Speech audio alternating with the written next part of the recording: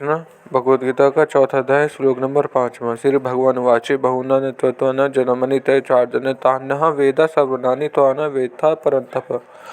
इसका हिंदी अर्थ है, ए परंतप अर्जुन, मेरे और तेरे बहुत से जन्म हो चुके हैं, उन सबको मैं जानता हूँ पर तू नहीं जानता। व्याख्या, भक्त और प्रिय सखा कहा जाता है, इसलिए पीछे के श्लोक में अर्जुन और अपने हृदय की बात निसंकोच होकर पूछते हैं।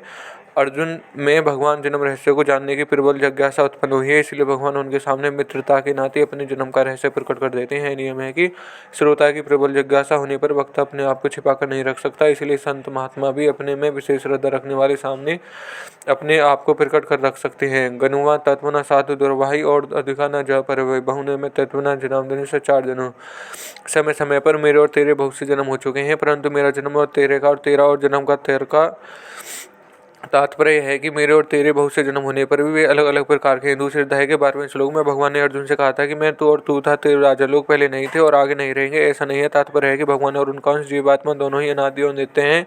संसार में ऐसे जाति स्मर जीव भी होते हैं जिनको अपने पूर्व जन्मों का ज्ञान होता है। ऐसे महापुरुष ज्ञान योगी कहलाते हैं जो साधना करके सिद्ध होते हैं। साधना में अभ्यास करते करते इनकी वृत्ति इतनी तेज हो जाती है कि ये जहाँ वृत्ति लगाते हैं वहीं का ज्ञान उनका हो जाता है। ऐसे योगी कुछ सीमा तक ही अपने पुराने जन्मों को जान सकते हैं, संपूर्ण जन्मों को नहीं। इसके विपरीत भगवान युक्त योगी कहलाते हैं जो साधना किए बिना स्वयं सिद्ध नित्य योगी हैं। जन्मों को जानने के लिए उन्हें वृत्ति नहीं लगानी पड़ती, वृत्ति तो उनमें अपने और जीवों के ही संपूर्ण जन्मों का स्वयं स्वाभाविक ज्ञान सदा बना रहता है। उसमें ज्ञान में भूत भविष्य और वर्तमान का भेद नहीं है, प्रत्युत उनमें अखंड ज्ञान में भी कुछ सदा वर्तमान ही रहता है। कारण है कि भगवान संपूर्ण देश काल वस्तु व्यक्ति परिस्थिति आदि में पूर्ण रूप से विद्यमान रहते हुए भी इनमें सर्वथा अतीत रहते हैं। मैं उन सबको जानता हूँ। भगवान ने इस वचन से साधक को एक विशेष आनंद आना चाहिए कि हम भगवान की जानकारी में भगवान हमें निरंतर देख रहे हैं। हम कैसे ही क्यों ना हो, पर भगवान के ज्ञान में जन्मों को न जानने में मूल हेतु अंतकरण में नाशवान पदार्थों का आकर्षण महत्व होना। इसी कारण से मनुष्य का ज्ञान विकसित नहीं होता। अर्जुन के अंतकरण में नाशवान पदार्थों का व्यक्तियों का महत्व था, इसलिए वे कौटुंबियों को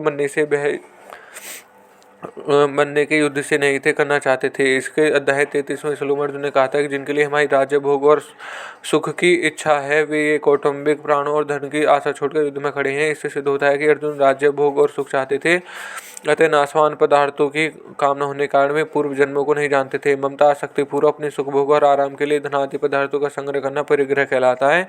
परिग्रह का सर्वथा त्याग करना अर्थात अपने सुख आराम आदि के लिए किसी भी वस्तु का संग्रह न करना अपरिग्रह कहलाता है। अपरिग्रह दृढ़ता होने पर पूर्व जन्मों का ज्ञान हो जाता है। संसार सदैव परिवर्तनशील और असत है, अतः उसमें अभाव होना निश्चित है। अभाव रूप संसार में संबंध जोड़ने के कारण मनुष्य अपने भी अभाव दिखने लगता है। अभाव दिखने के कारण उसमें कामना पैदा हो जाती है कि अब अभाव तो पूर्ति हो जाए, फिर नया कैसे मिले।